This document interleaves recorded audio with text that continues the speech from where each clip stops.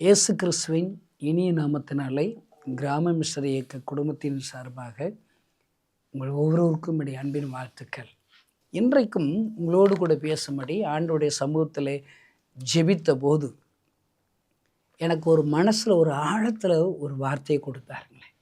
ஒரு கடிதம் எழுதுங்களேன். அல்லேலூயா. யாருக்கு தம்பி கடிதம் எழுத? யாருக்காவது எழுதுங்கங்க. அன்பின் கடிதமாக ஆலோசனை சொல்லி வேத வசனத்தை ஞாபகப்படுத்தி அவர்களுடைய தவறுகளை சுட்டி காண்பித்து ஒரு தாயாக, ஒரு தகப்பனாக, ஒரு நண்பர்களாக ஒரு கடிதம் எழுதுங்களேன். ஊழியத்தில் பல ஊழியம் இருக்குதுங்க.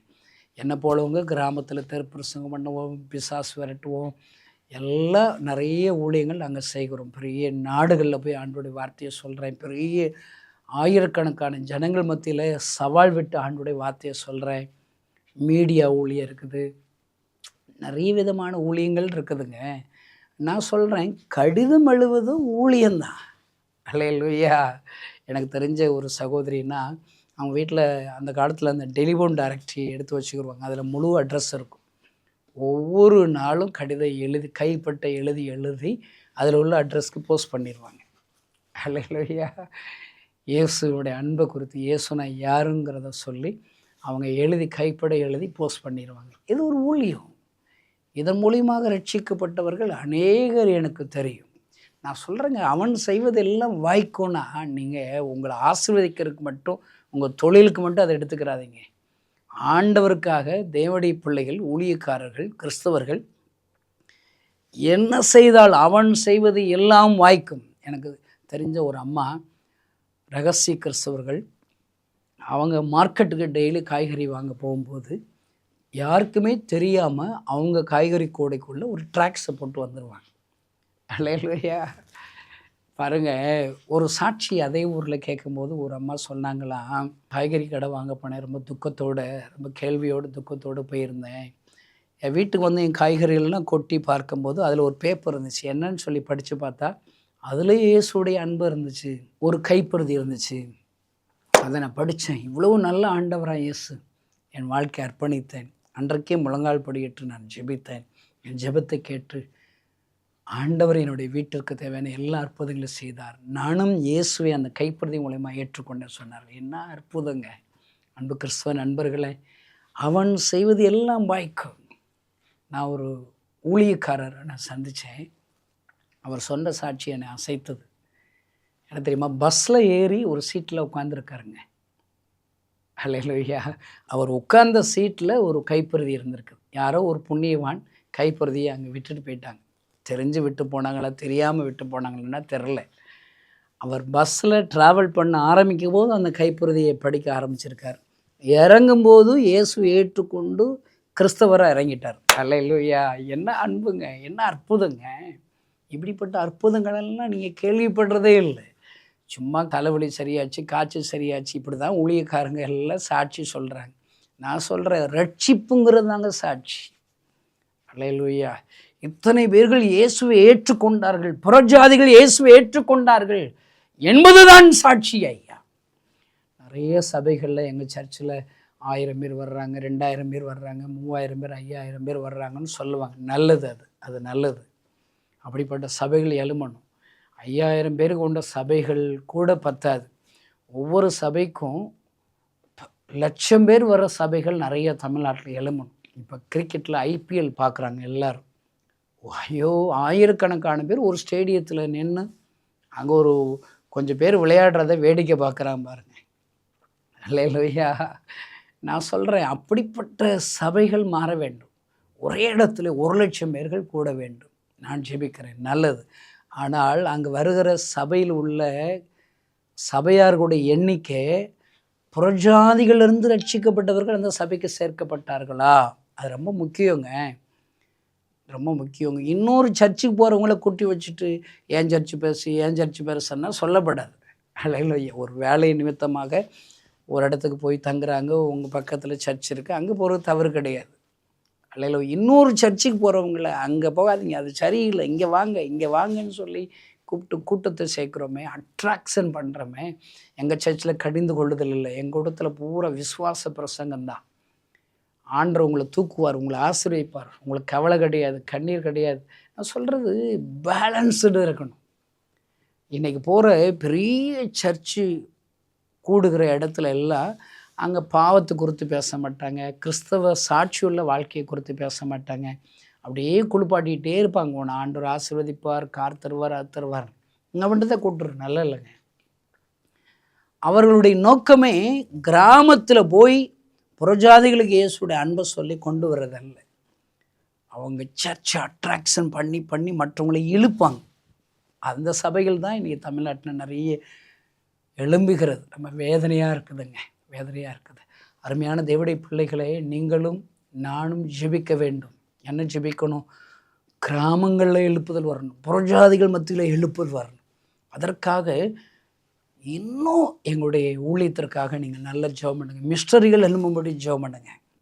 ஆண்டவர் பெரிய காரியங்களை கட்டாயமாக செய்வார். ஆமென். பாருங்களேன், இன்னைக்கு ஆண்டவர் சொல்கிறாரு, என்ன செஞ்சாலும் ஆண்டவர் ஆசீர்வதிப்பாருங்க. நம்முடைய எல்லா முயற்சிகளுக்கும் ஆண்டவர் பலன் கூட. அதனால தான் அந்த செய்தி தலைப்பை ஒரு கடிதம் எழுதுங்களேன். ஆமென். பாருங்க, பவுல் அவர் சிறையிருப்பில் இருந்து நிறைய கடிதம் எழுதி போகிறாருங்க.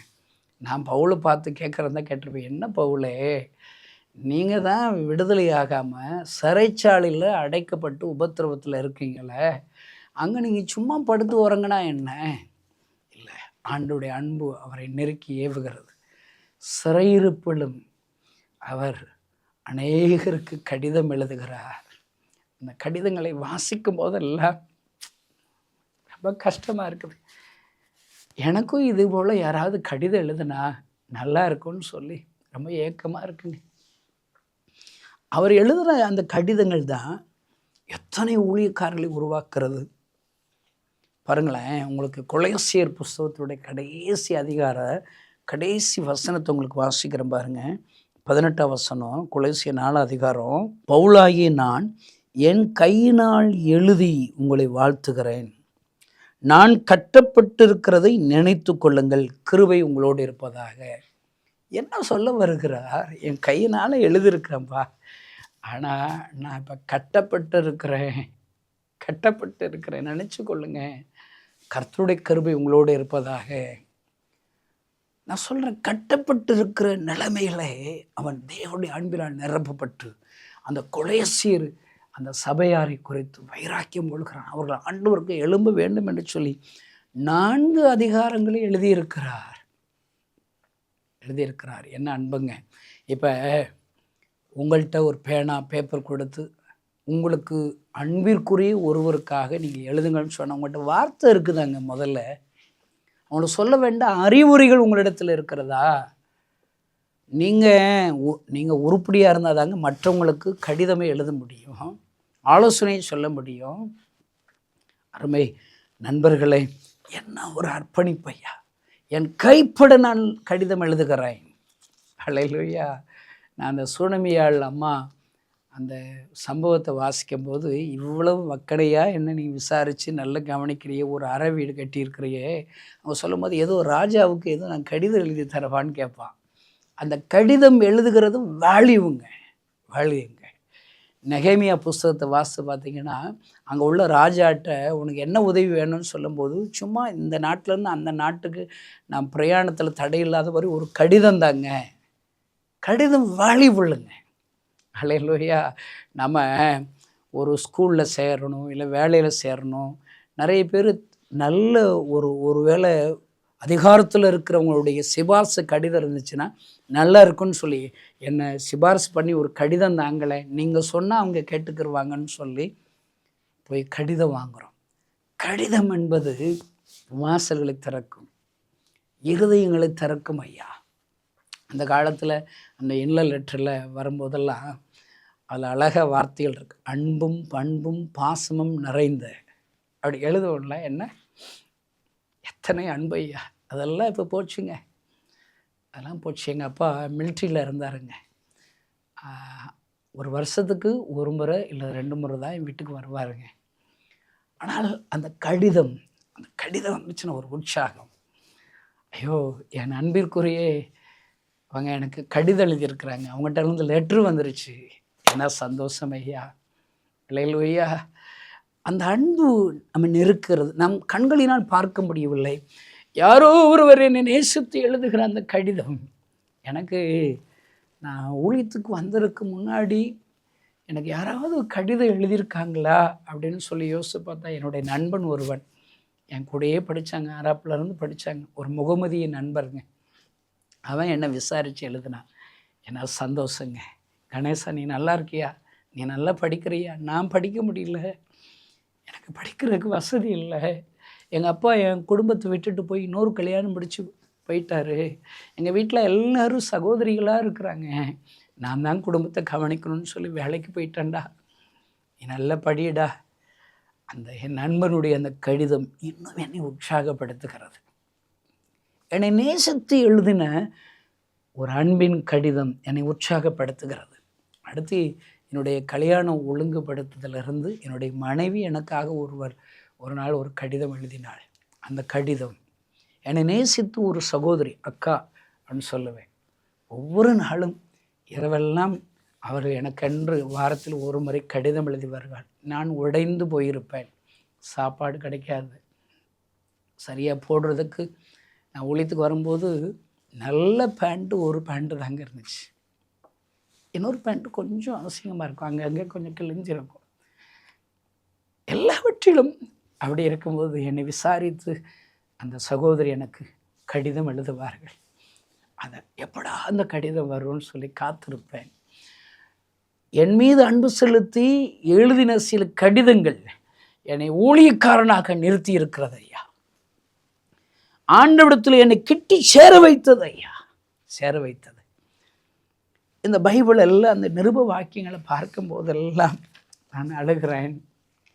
பாருங்களேன், அந்த தீமோத்தேயு என்கிறவருக்கு எழுதின புஸ்தகத்தெல்லாம் ரொம்ப ஆசையாக இருக்குதுங்க. அந்த வார்த்தையை, அந்த எழுதும்போது உள்ள வார்த்தைகளே 1 தீமோத்தேயு 1:2 விசுவாசத்தில் உத்தம குமாரனாகிய தீமோத்தேயுக்கு எழுதுகிறதாவது. எப்படி நல்லா இருக்குது பாருங்க. உத்தமத்தோடு இருக்கிற தீமோத்தேயுக்கு எழுதுகிற கடிதம். யாராவது என்னை பார்த்தபடி சொல்ல மாட்டாங்களா? நான் 29 வருஷம் ஊழியம் பார்க்குறேங்க, எனக்கு சம்பளமே எடுக்கிறது இல்லைங்க. ஏனுங்க, எனக்கு நல்ல சாப்பாடு கிடைக்குதுங்க, எனக்கு நல்ல மனைவி, 3 பெண் பிள்ளைகள், ஒரு பையன் இருக்கிறாங்க. என் பிள்ளைகள் படிப்பதற்கு அன்று உதவி செய்கிறார். என் பிள்ளைகளுக்கு ஃபீஸ் கட்டணும்னா நிறைய பேர் தெரிஞ்சு நிறைய ஸ்பான்சர் பண்ணுறவங்க இருக்கிறாங்க. என் மூத்த பிள்ளையே பிஏ இங்கிலீஷ் லிட்டரேச்சர் தான் என்னால் படிக்க வைக்க முடியும்னு சொல்லி காலேஜில் சேர்த்து விட்டேன். பெவின் ஓரல் அப்படின்னு ஒரு திருநெல்வேலியில் ஒரு டாக்டர் தம்பி, அவங்க ஒய்ஃபும் டாக்டர் தான். அவங்க சொன்னாங்க, நாங்கள் ஏதாவது உதவி செய்கிறோம், இவ்வளோ நல்லா படிக்கிறாள், இவ்வளோ நல்லா படிக்க வைங்கன்னு சொன்னாங்க. என் பிள்ளை பிடிஎஸ் பல் டாக்டருக்கு படிக்க உதவி செய்தார்கள். எத்தனை அன்பு ஐயா, எத்தனை அன்பு! அருமையான தேவனுடைய பிள்ளைகளே, அன்பு செலுத்துகிறவர்கள் ஒரு ஊழியர்களை உருவாக்குகிறார்கள், ஒரு சந்ததியை உருவாக்குகிறார்கள், நல்ல தலைவர்களை உருவாக்குகிறார்கள். என்ன பாருங்க, இவ்வளோ வருஷத்தில் எனக்காக என் குடும்பத்திற்காக சொத்தே கிடையாதுங்க. எல்லாம் உத்தமத்தோடு கூட பணத்தை செலவழிக்க வேண்டும் என்று நினைக்கிற, பகிர்ந்து கொடுக்குறேன். ஒருவேளை எங்களிடத்தில் அந்த ஃபினான்சியலை நிர்வகிப்பதற்கென்று சில குழுவினர் இருக்கிறார்கள். பாலமுருகன் என்கிற என் கிராமத்தில் இருக்கிற என்னுடைய நண்பன் தான் அந்த ட்ரெஸரர் பொறுப்பெடுத்திருக்கிறான். அவனுக்கு ஆலோசனை சொல்ல ஒரு டீம் இருக்கிறது. எல்லாவற்றையும் உத்தமத்தோடு கூட செய்கிறோம். ஆனால் யாராவது நீங்கள் நல்லா செய்கிறீங்க, உத்தமமாக செய்கிறீங்கன்னு ஒரு சொன்னால் எப்படி இருக்குதுங்க? இந்த தீமோத்தேயுவுக்கு எவ்வளோ உற்சாகமாக இருந்திருக்குறோங்க. பாருங்களேன், அந்த 1 தீமோத்தேயு ஒவ்வொரு அதிகாரம் வாசிக்கும் போது உண்மையாகவே நான் அழுகிறேங்க. அவர் சொல்கிறாரு பாருங்களேன், 18 1 அதிகாரம், குமாரனாகிய தீமோத்தேயுவே, உன்னை குறித்து முன் உண்டான தீர்க்க தரிசனங்களின் படியே நீ அவைகளை முன்னிட்டு நல்ல போராட்டம் பண்ணும்படி இந்த கட்டளையை உனக்கு ஒப்புவிக்கிறேன். அல்லேலூயா. நீ விசுவாசம் நல்ல மனச்சாட்சியும் உள்ளவனாயிரு. அவர் சொல்றார், குமாரனாகிய தீமோத்தேயுவே. பவுல்லாம் கல்யாணமே முடியல, அவர் இந்த தீமோத்தேயுவை பிள்ளையா தத்தெடுத்துக்கிட்டார் போல இருக்குங்க. என் குமாரனாகிய தீமோத்தேயு. பொறாமையாக இருக்குங்க இந்த தீமோத்தேயு நினச்சா. அவங்க என்ன செஞ்சாங்கன்னு எனக்கு தெரியாது. 29 வருஷம் ஏசப்பாவை நான் பின்பற்றுங்க. யாராவது என்னை பிள்ளை போல நேசித்து ஒரு கடிதம் எழுதுனா, என்னை உற்சாகப்படுத்தினாங்க, என் கூட பேச நல்லா இருக்குதுங்க. அவர் சொல்ல நல் மனச்சாட்சி உள்ளவனாயிரு. அவங்க சொல்கிற எல்லா ஆலோசனைகளை கேட்க கேட்க கேட்க ஆச்சரியமாக இருக்குது. பாருங்க, ஒன்றும் தீமோத்தேயு 4 அதிகாரம் அங்கே எழுதும்போது அவர் சொல்கிறாரு 12ஆம் வசனத்தில், உன் இளமையை குறித்து ஒருவனும் உன்னை அசட்டை பண்ணாதபடிக்கு நீ வார்த்தையிலும் நடக்கையிலும் அன்பிலும் ஆவியிலும் விசுவாசத்திலும் கற்பிலும் விசுவாசிகளுக்கு மாதிரியாயிரு. தான் பிள்ளைக்கு தத்தெடுத்து தீமோத்தேயுக்கு அவர் அட்வைஸ் பண்ணுறாருங்க. எல்லாத்துலேயும் நீ மாதிரியாக இருப்பா. அவர் எழுதுகிறார். கட்டப்பட்ட நிலைமையில் பவுல் கடிதம் எழுதுகிறார், நிருபம் எழுதுகிறார். கட்டாயம் தீமோத்தேயுவை உருவாக்குவதற்கு இந்த கடிதம் பிரயோஜனமாக இருந்திருக்கும் என்று நான் நம்புகிறேன். அவர் சொல்றாரு அடுத்த வசனத்தில், நாம் வருமளவும் வாசிக்கிறதிலும் புத்தி சொல்லுகிறதிலும் உபதேசிக்கிறதும் ஜாக்கிரதையாயிரு. வாசிப்பா, பைபிளை வாசி, புக்ஸை வாசி. என்ன அன்புங்க, என்ன அன்புங்க. அருமையான தேவனுடைய பிள்ளைகளை சொல்லுகிறார். சின்ன அந்த தீமோத்துக்கு எவ்வளோ அட்வைஸ் பண்ணுகிறார். 1ஆம் வசனம் 5ஆம் அதிகாரத்தில், முதிர் வயதுள்ளவர்களை கடிந்து கொள்ளாமல் அவனை தகப்பனைப் போலவும் பாலிய புருஷரை சகோதரரைப் போலவும், அல்லேலூயா, முதிர் வயதுள்ள ஸ்திரீகளை தாய்களைப் போலவும். என்ன சொல்கிறார் பாருங்க. எனக்கு ஆசைங்க, ரிட்டையர்டு மிஸ்டரிகள் எல்லாம் என் கேம்பஸ்க்கு வந்துடணுங்க. முதிர் வயது உள்ளவங்க எனக்கு ரொம்ப பிடிக்குங்க. எங்கள் இடத்துல சில பேர்களை எனக்கு நல்லா கொடுத்துருக்கிறார். அவங்கள பார்க்கும்போதெல்லாம் எவ்வளோ ஒரு சின்ன பையன் கணேசன் இந்த இடத்த என்னை நம்பி இவ்வளோ பேர் வந்திருக்காங்களேன்னு சொல்லி ஆச்சரியம். அவங்களுக்கு எல்லா வசதிகளும் செஞ்சது கொடுக்கணும்னு ஆசைங்க. 120 பேர்களையாவது ரிட்டையர்டு மிஸ்டரிகளுக்காக ஒரு 60 வீடு கட்டணும்னு நான் சொல்லி நினைக்கிறேன், ஜோ பண்ணுறேன். ஒரு வீட்டுக்கு 2 லட்சம் ரூபா கொடுக்குற ஒரு 60 ஸ்பான்சர்கள் எழும்புனாங்கன்னா, எல்லா ஸ்தாபனத்தில் இருக்கிற எல்லா எல்டர்ஸ் எல்லாம் வாங்கப்பா, இங்கே வாங்க, உங்கள் பிள்ளையா என்னை தத்தெடுங்க, உங்கள் சகோதரராக என்னை தத்தெடுங்க, எனக்காக நீங்கள் ஜெபம் பண்ணால் போதுங்க, எல்லோரும் வர வைக்கணும்னு ஆசைங்க. என்ன அட்வைஸ் பண்ணுறாரு பாருங்க. அல்லேலூயா. 1 தீமோத்தேயு 6ஆம் அதிகாரம் 20ஆவது வசனம், ஓ தீமோத்தேயுவே, உன்னிடத்தில் ஒப்புவிக்கப்பட்டதை நீ காத்து கொண்டு சீர்காடான வீண் பேச்சுக்களுக்கும் ஞானம் என்று பொய்யாய் பேர் பெற்றிருக்கிற கொள்கையின் உபரேதங்களுக்கும் விலகு. எப்படி எச்சரிக்கிறார் லெட்டரில். அன்பு, இந்த செய்தி கேட்கிற கிறிஸ்தவ நண்பர்களே, நீங்கள் ஒரு கடிதம் எழுதுங்களேன், எனக்கும் எழுதுங்களேன், என்னை உற்சாகப்படுத்துங்களேன்.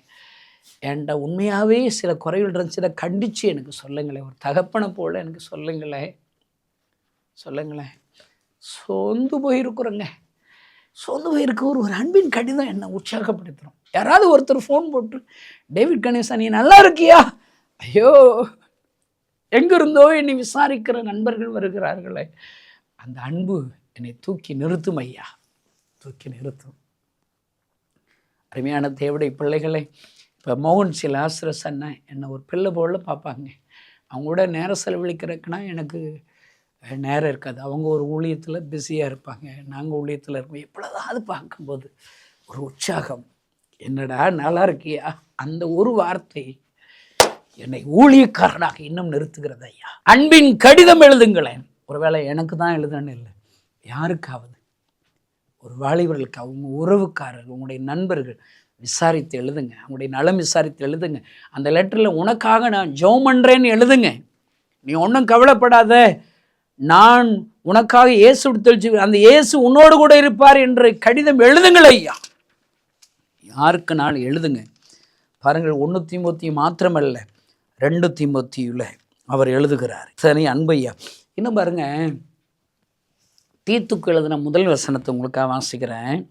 1ஆம் அதிகாரம் 1ஆம் வசனம், தேவனுடைய ஊழியக்காரனும் இயேசு கிறிஸ்துவுடைய அப்போஸ்தலனாகிய பவுல் பொதுவான விசுவாசத்தின்படி உத்தம குமாரனாகிய தீத்துவுக்கு எழுதுகிறதாவது. தீத்துவுக்கு எழுதுகிறார். நான் சொல்கிறேங்க, பவுல் அடுத்த சந்ததிகள் மேலே கவனமாக இருக்கிறார். இந்த செய்தி கேட்கிற அன்பு சகோதரனே சகோதரியே, பெரிய பெரிய ஊழியக்காரர்களே அன்பு செலுத்துங்க, அவங்களுக்கு ஜெபிங்க. இளம் தலைமுறையினர், அடுத்து வருகிற கிராமங்களில் இருக்கிற ஊழியக்காரர்களை நேசித்து அன்பு செலுத்துங்கள் ஐயா, அவளை உற்சாகப்படுத்துங்கள் ஐயா. இன்னும் உங்களுக்கு தகுந்த அநேகருக்கு கடிதம் எழுதுங்களேன். கர்த்தர் உங்களை கொண்டு அநேக தீமுத்திகளை தீத்துக்களை எழுப்புவார் ஐயா. கண்களை மூடி நாம் ஜெபிப்போம். பரலோகத்தில் இருக்கிற எங்கள் அன்பு தகப்பனே, உமக்கு நன்றி செலுத்துகிறோமே, துதிக்கிறோம் ஆண்டவரே. கடிதம் எழுதுங்களேன் என்று எங்களுக்கு சொல்லிக் கொடுத்த அந்த சத்தியத்திற்காக ஸ்தோத்திரம்.